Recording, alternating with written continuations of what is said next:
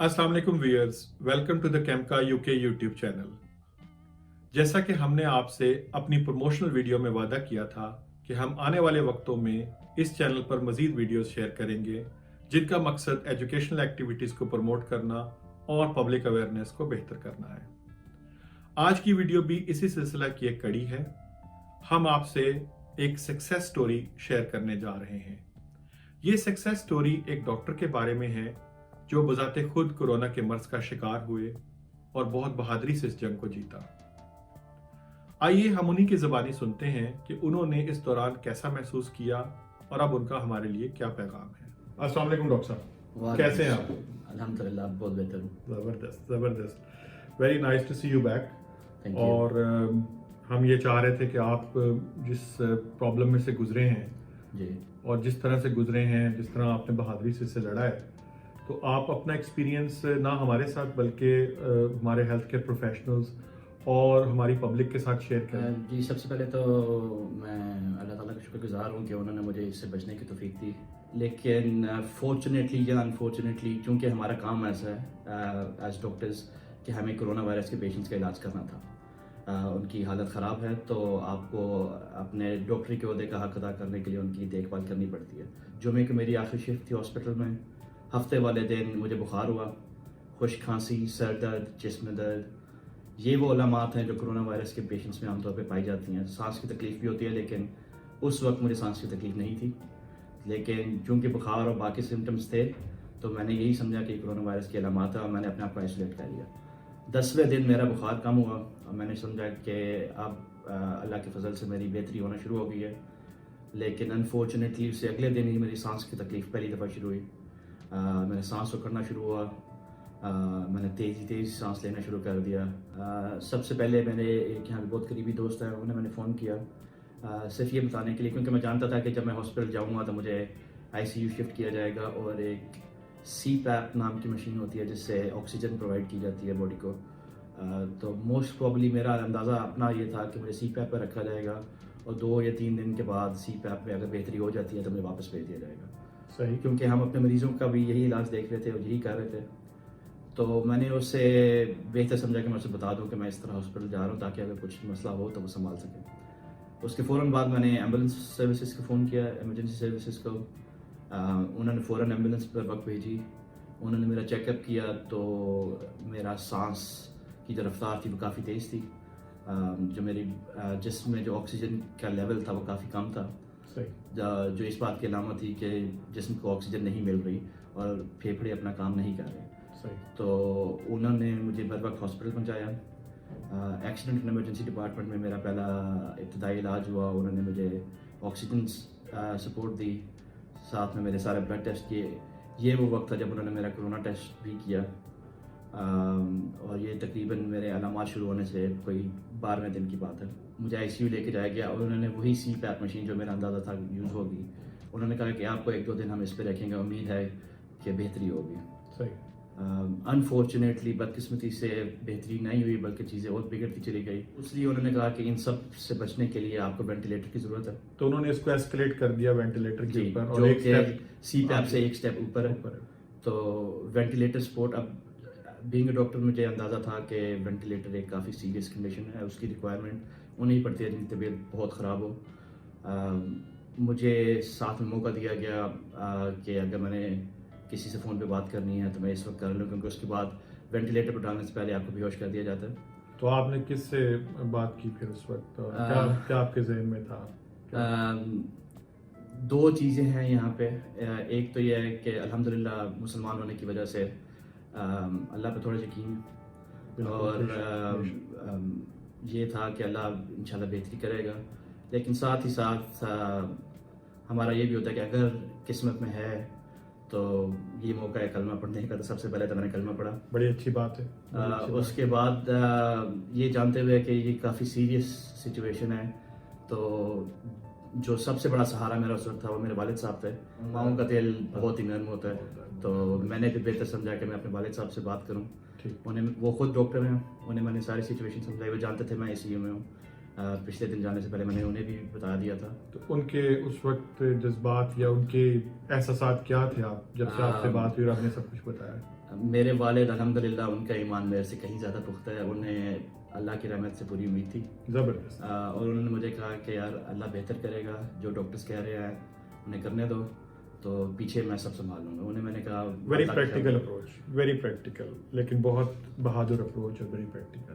تو اس ساری چیز کے بعد پھر آپ, ظاہری بات ہے, آپ وینٹیلیشن پہ آپ چلے گئے اور وینٹیلیٹر سپورٹ پہ آپ کو اس وقت ہوش نہیں ہوتی, ظاہری بات ہے, آپ کو بے ہوش کر کے وہ ڈالتے ہیں, اور پھر ظاہری بات ہے معاملات اس سے خراب ہوئے اور پھر بات ایکمو تک گئی, جو کہ ایک بہت اسپیشلائز قسم کا ٹریٹمنٹ ہے.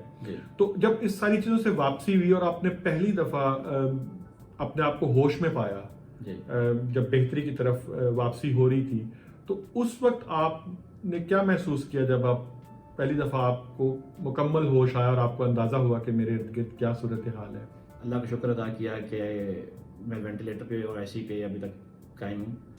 دوسرا مجھے یہ تھا کہ چونکہ مجھے فوراً ابھی تک آخری چیز جو مجھے یاد تھی وہ یہی تھی کہ مجھے وینٹیلیٹر پہ ڈالا جا رہا ہے. میں نے ابو سے فون پہ بات کی ہے, تو میں نے اپنے ارد نظر دوڑائی تو مجھے وینٹیلیٹر نظر آیا, تو مجھے اندازہ ہو گیا کہ میں وینٹیلیٹر پہ ہی ہوں ابھی تک. تیسری چیز جو میں نے اس وقت ریئلائز کی وہ یہ ہے کہ نارملی جب کسی پیشنٹ کو وینٹیلیٹر پر ڈالا جاتا ہے تو ایک ای ٹی ٹیوب ڈالی جاتی ہے جو کہ منہ کے ذریعے سانس کی نالی تک جاتی ہے, جس کے ذریعے وینٹیلیٹر سے کنیکٹ کیا جاتا ہے. صحیح. تو مجھے اپنے منہ میں وہ ٹیوب نہیں محسوس ہوئی. تو اس کا ایک ہی مطلب تھا, ڈاکٹر ہونے کے ناطے مجھے پتا تھا کہ اگر منہ میں وہ ٹیوب نہیں ہے تو سرجیکلی کسی نے اس ٹیوب کا راستہ تبدیل کر کے کچھ دنوں کے بعد ٹریکیوسٹمی کہتے ہیں وہ ہوئی ہے. بس میں انفارمیشن کلیکٹ کرنے کی کوشش کر رہا تھا, لیکن جب ٹریکیوسٹمی ہوتی ہے تب بول نہیں سکتے, کسی سے کچھ پوچھ نہیں سکتے. اس کا مطلب ہے کہ ایک اچھی ریکوری کے ساتھ آپ کا ڈاکٹری دماغ پوری طرح سے چل رہا تھا, اور یہ چیزوں کو ایک ڈاکٹر ہونے کے حوالے سے ہی پرکھ رہا تھا. That's very good. اب آپ ماشاءاللہ ریکوری فیز میں ہیں, آپ اپنے گھر چلے گئے ہیں, ڈسچارج ہو گئے ہیں ہاسپٹل سے, اور ظاہری بات ہے کہ ہم سب لوگ بہت خوش ہیں ماشاءاللہ جس طرح سے آپ نے اس بیماری اور اس بیماری کی جو سویرٹی ہے اس سے آپ نے لڑ کے جنگ کو جیتا ہے. کیا پیغام دینا چاہیں گے آپ لوگوں کو جو اس کو بلیو نہیں کر رہے کہ یہ ہے بھی, اور آپ کیا پیغام دینا چاہیں گے؟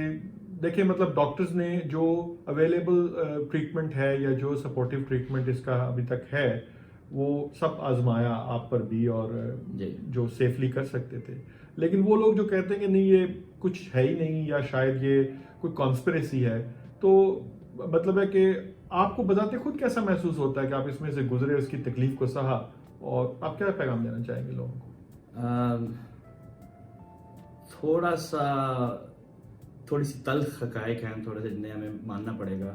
وہ یہ ہے کہ ہماری عوام اب تک اس کی سنجیدگی کو ایکسیپٹ نہیں کر پائی, اور مجھے بہت افسوس ہوا جب میں جاگا, اور اس کے بعد جب ڈسچارج بھی ہوا تو میرے پاس 2-3 ہفتے گزر چکے ہیں اب اس بات کو.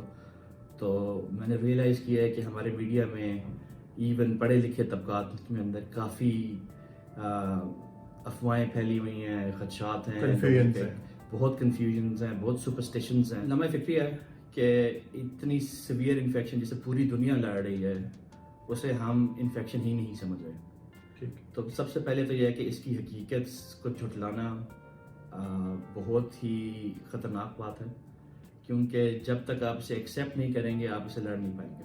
Very right. تو یہ چیز ریئلائز کرنا کہ کرونا وائرس واقعی ہی ایک انفیکشن ہے, اس سے سنجیدگی سے لینا چاہیے.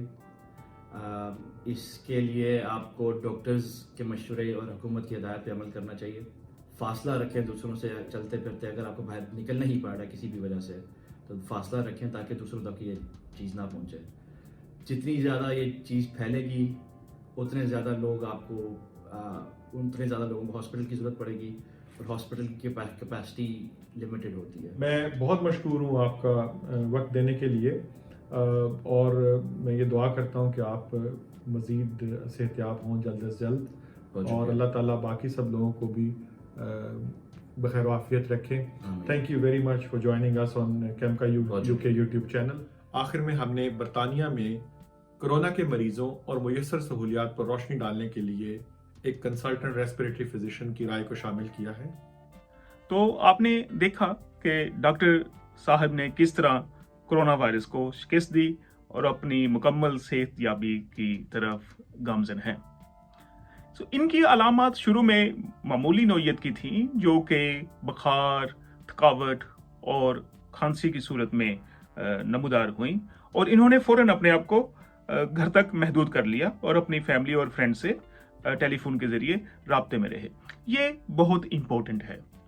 कोरोना वायरस भी दूसरे वायरसेस की तरह का एक वायरस है, लेकिन जो मेन डिफरेंस है वो ये है कि ये ज़्यादा डेडली है और ये ज़्यादा कंटेजियस है। इसके एक इंसान से दूसरे इंसान में खांसी, छींक वगैरह से मुंतकिल होने के ज़्यादा चांसेस हैं। तो रिसर्च हमें बताती है कि 80% मरीजों में कोरोना वायरस की अलामात मामूली नौयत की होती हैं और आमतौर पर इसके लिए हॉस्पिटलाइजेशन की ज़रूरत नहीं पड़ती। तो डॉक्टर साहब को तकरीबन अलामात के ज़ाहिर होने के 10 दिन बाद इनका सांस फूलना शुरू हो गया। तो उस वक्त इन्होंने अपने डॉक्टर से रब्ता किया, तो पता चला कि इनके जिस्म के अंदर ऑक्सीजन की कमी है। तो उसके लिए उनको हॉस्पिटल में एडमिट किया गया। जब इनकी तबीयत नहीं संभली तो इनको वेंटिलेटर पर मुंतकिल कर दिया गया।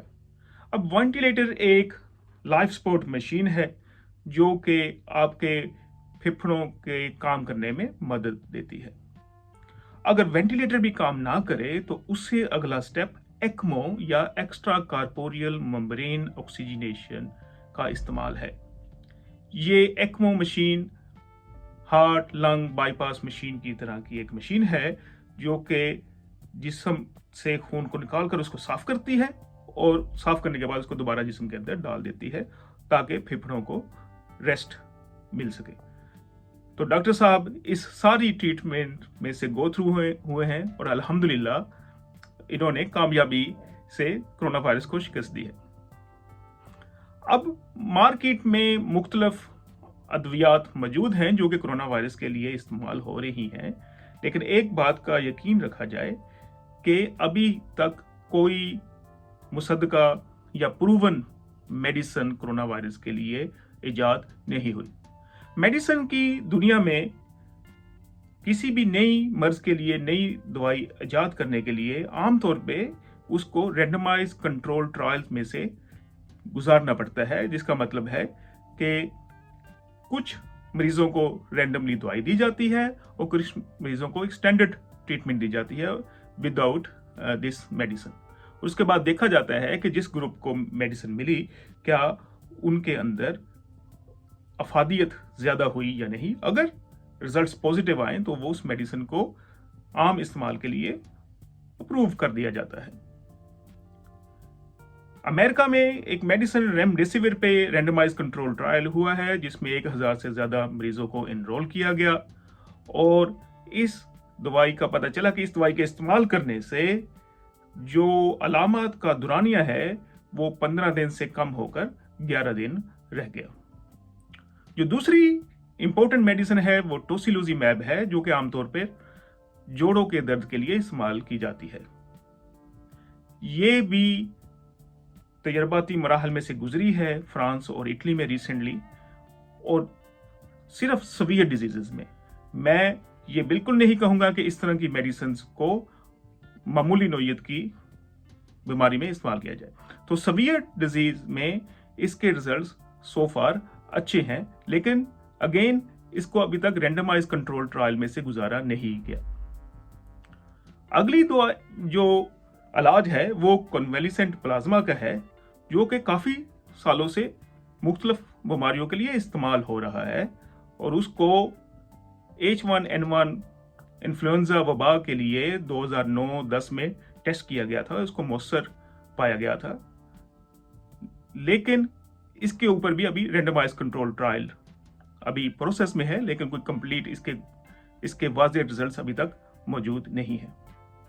यूनाइटेड किंगडम में दुनिया का सबसे बड़ा ट्रायल रिकवरी ट्रायल हो रहा है जिसमें मुख्तलिफ मेडिसिन लाइक लोपिनाविर, रोटिनाविर जो कि एंटीवायरल मेडिसिन हैं, एजिथ्रोमाइसिन, हाइड्रोक्सीक्लोरोक्विन, कन्वेलिसेंट प्लाज्मा, टोसिलुजिमैब और स्टीरॉइड्स को तजर्बाती मराहल में से गुजारा जा रहा है।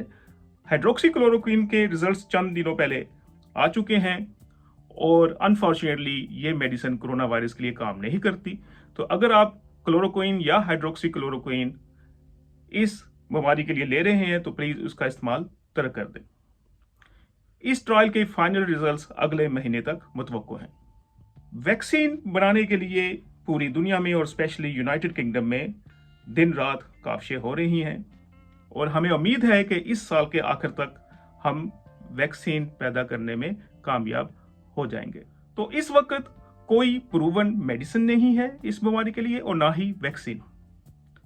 तो हमारा पैगाम यह है कि आप बचाव और एहतियाती तदाबीर पर मुकम्मल अमल करें, जिसमें अपनी सफाई का ख्याल रखें, अपने हाथों को बार बार धोएं, पुरहजूम मकामात पर जाने से गुरेज करें और सोशल डिस्टेंसिंग यानी कि एक दूसरे से 2 मीटर का फासला रखें। हमें उम्मीद है कि अनकरीब दूसरी बीमारियों की तरह इस बीमारी को भी हम शिकस्त देने में कामयाब हो जाएंगे। अगर आपको ये वीडियो पसंद आए तो इसको लाइक ज़रूर कीजिए, ज़्यादा से ज़्यादा सोशल मीडिया और अपने दोस्तों के साथ शेयर कीजिए और चैनल सब्सक्राइब करना मत भूलें। साथ लगे बेल आइकन के बटन को दबा दें ताकि बर वक्त आपको ये वीडियोस मिलती रहें।